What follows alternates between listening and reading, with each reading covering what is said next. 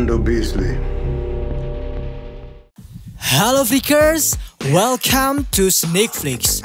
Dengan bangga kami mempersembahkan kepada kalian ulasan lanjutan series berjudul The Blacklist Season 9. Disclaimer, bagi kalian yang baru mengikuti series The Blacklist, saya sarankan untuk menonton dari episode 1 terlebih dahulu.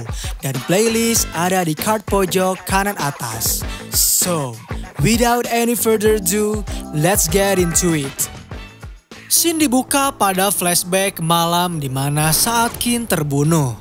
Di malam itu setelah Kin terbunuh, Ressler mencoba untuk mengejar Reddington yang telah meninggalkan Kin begitu saja.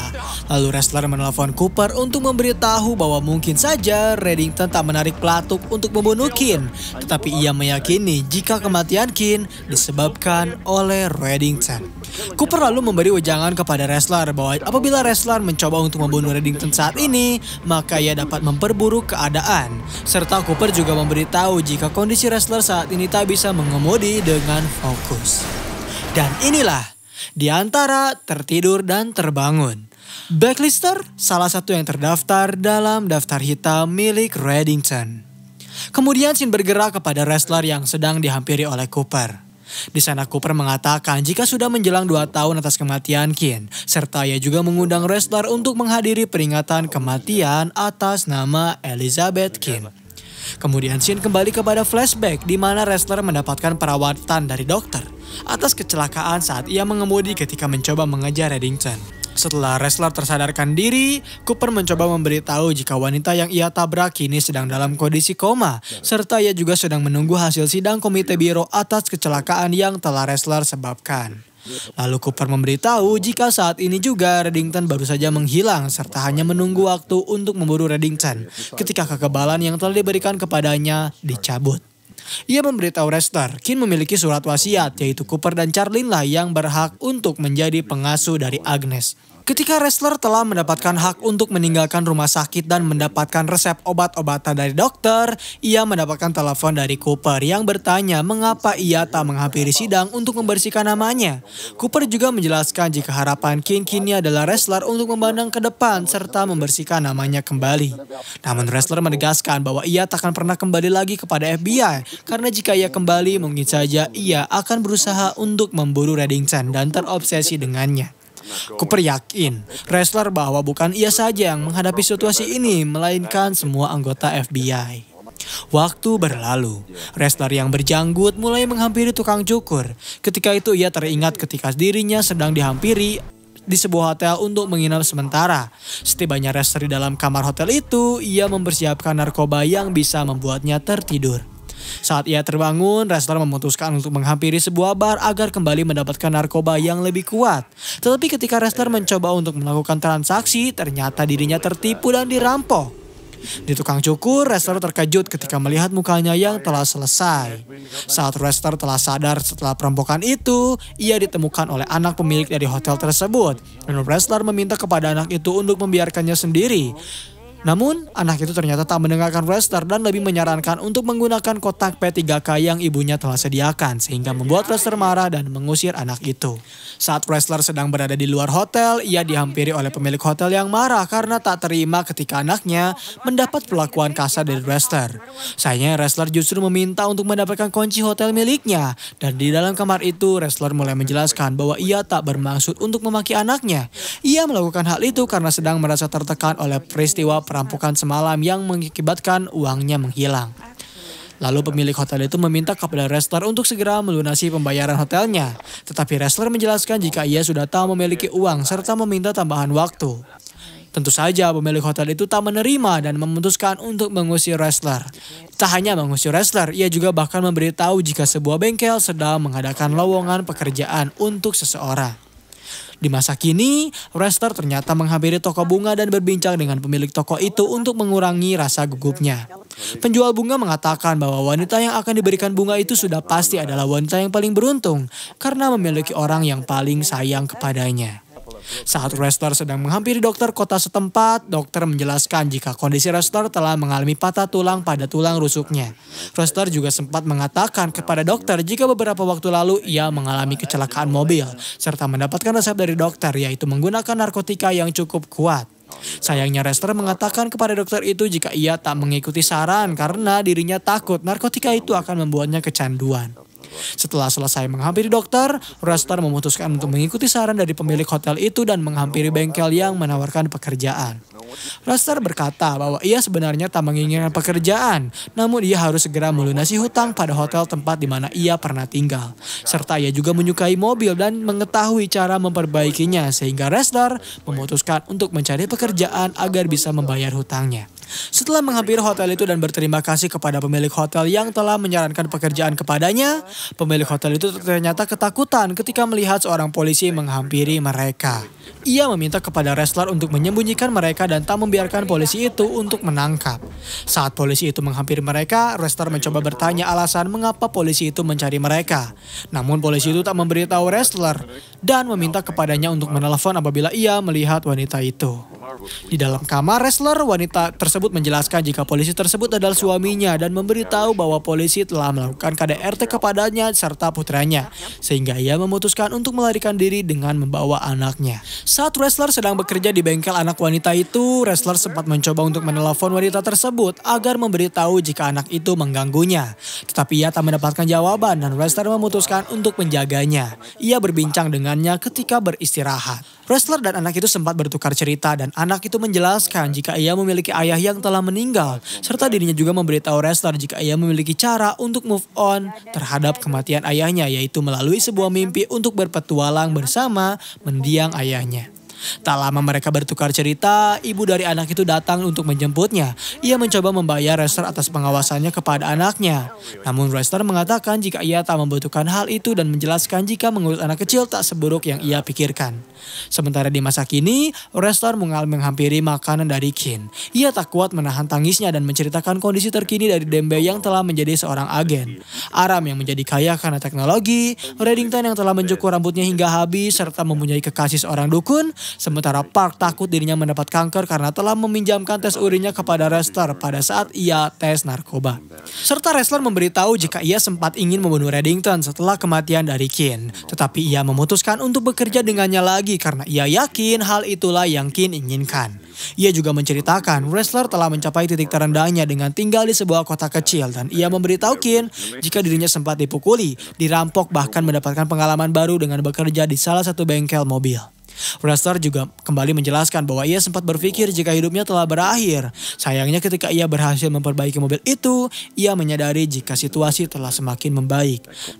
Di saat anak itu sedang menunggu kedatangan dari Restler pada ulang tahunnya, mereka dihampiri oleh ayah tiri dari anak itu dan wanita tersebut meminta kepada anaknya untuk segera meninggalkan mereka. Namun belum meninggalkan hotel, ia bertemu dengan Restler dan memberitahunya jika polisi itu telah menemukan ibunya. Setelah memberikan pembelaan diri, Restler mulai menghampiri wanita itu yang telah diamankan oleh petugas medis. Salah seorang polisi menjelaskan jika yang telah agen Restler lakukan merupakan pembelaan diri, serta polisi itu juga telah mendengar bagaimana cerita perlakuan suami dari wanita itu. Lantas, hal itu membuat wanita tersebut terkejut ketika mendengar Restler merupakan seorang mantan agen FBI dan mempertanyakan mengapa Restler tak menceritakan hal itu kepadanya. Restler hanya menjawab bahwa itu semua adalah cerita panjang dan ia juga berpikir jika dirinya belum berani untuk menceritakan cerita itu. Lalu kembali wanita itu menjelaskan bahwa mereka berdua sama-sama berjuang untuk memulai awal yang baru, sehingga wanita tersebut menyarankan agar bersama memulai kembali, dan Restler menegaskan bahwa hal itu belum bisa ia lakukan sekarang. Anak dari wanita tersebut berpikir jika Restler merupakan orang yang jahat karena Restler memutuskan untuk meninggalkan mereka. Tetapi ibunya berkata lain dan menegaskan bahwa Restler merupakan orang baik yang telah menyelamatkan mereka.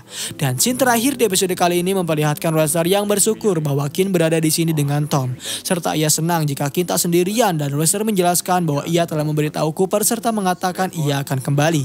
Dan ia juga bersyukur karena saat ini Cooper serta Agnes mengundang Restler untuk menghadiri acara perayaan hidup dari membunuhkin dan bukan kematian darinya.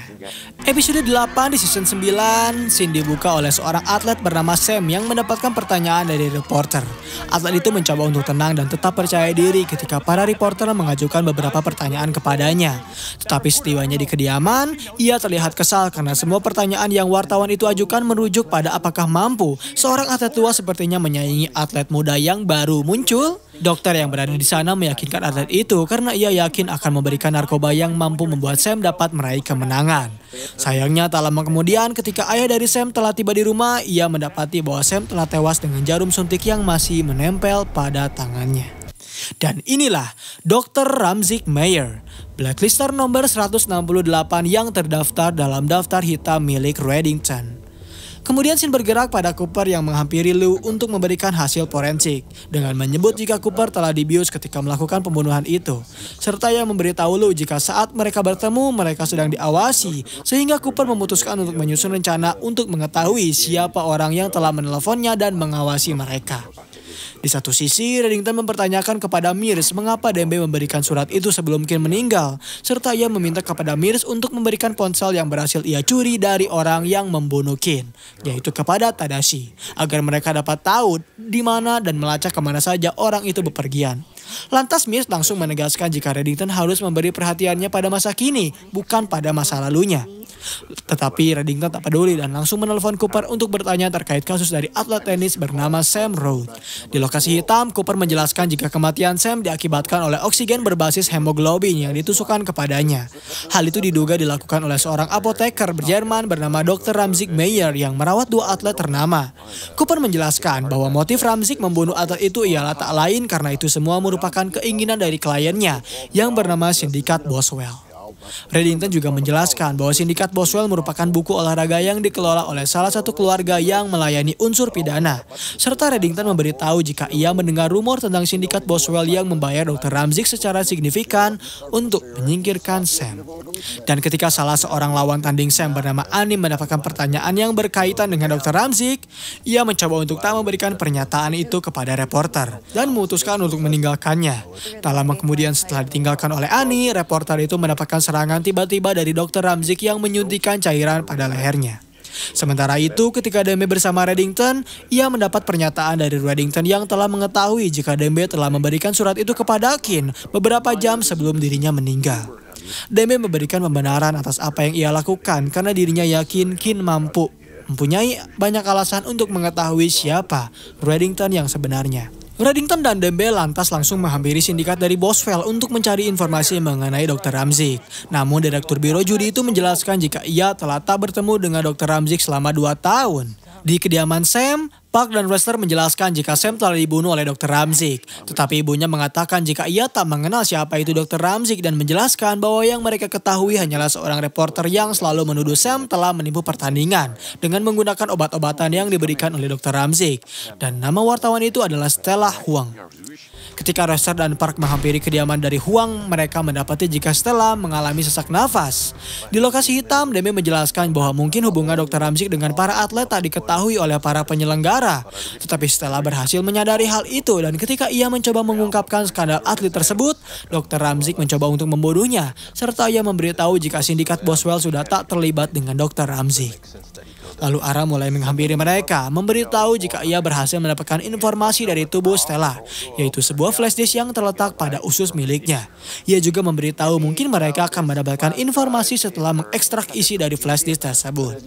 Setelah mendapatkan tugasnya, Rester menyempatkan diri untuk bertemu dengan Park. Di sana Park menegaskan bahwa ia telah berniat untuk membantu Rester agar tak kehilangan pekerjaan miliknya, serta ia juga sudah tak tahan untuk membantu Rester yang masih berketergantungan pada obat-obatan. Di ruangan Cooper, Lou menjelaskan melalui sebuah rekaman CCTV bahwa sebelum Cooper membunuh Dog, ia sempat berada di sebuah bar, serta di bar itu pula seorang bartender memasukkan obat bius kepada minuman yang Cooper minum. Di ruang interogasi, Dembe dan Aram saat ini telah berhasil mendatangkan seorang CEO perusahaan yang mensponsori Sam. Dembe meminta kepada CEO itu untuk memberikan informasi yang berkaitan dengan Dr. Ramzik dan Stella, tetapi tak memberikan banyak informasi kepada Dembe dan Aram, sehingga Dembe memutuskan untuk meminta CEO itu memberikan daftar siapa saja atlet yang telah ia sponsori.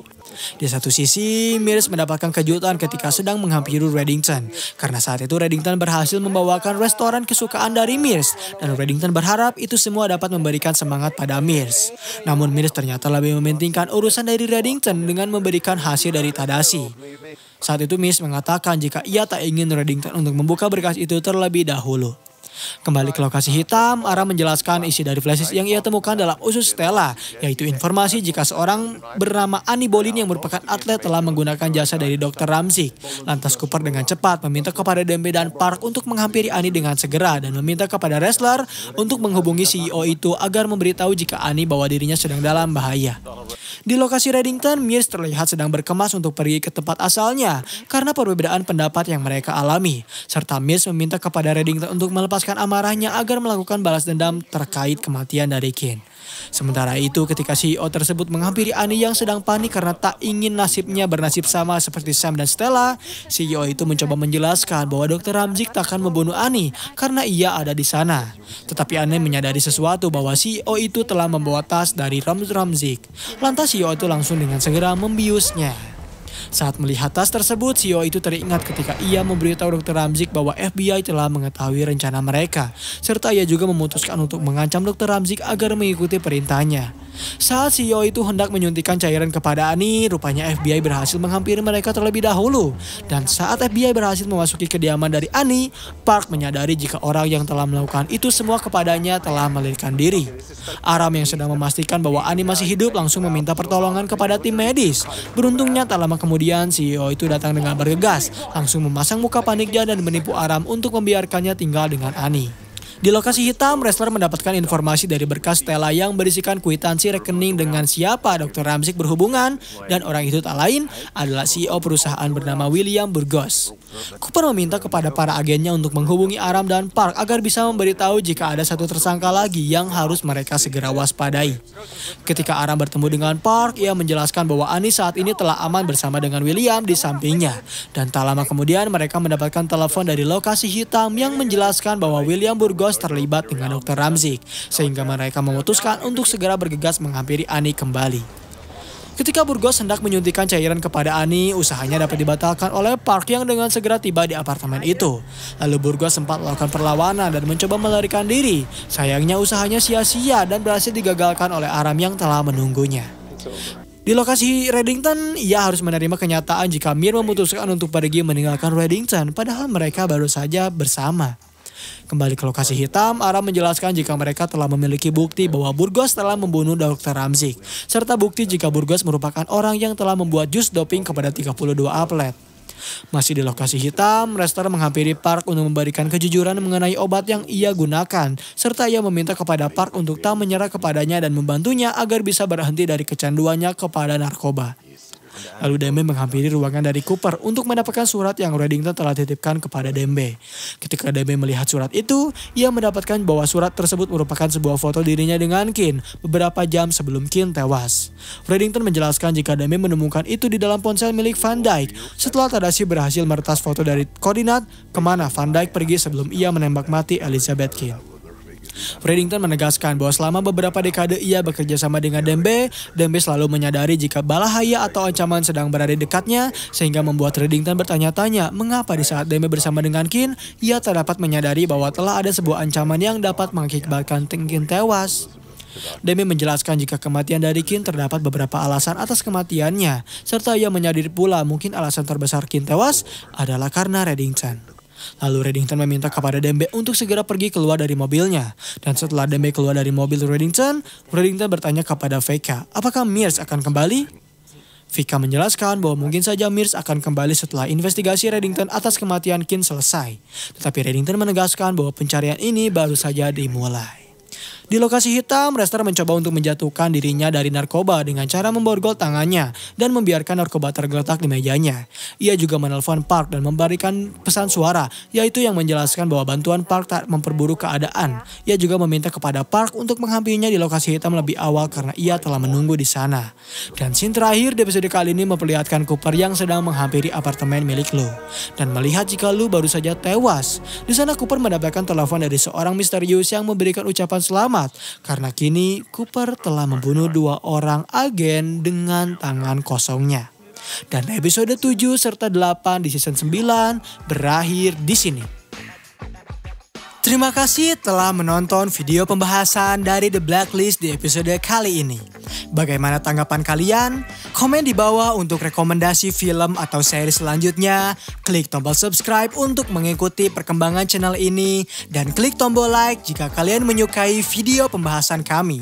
Dan sampai berjumpa kembali di episode selanjutnya.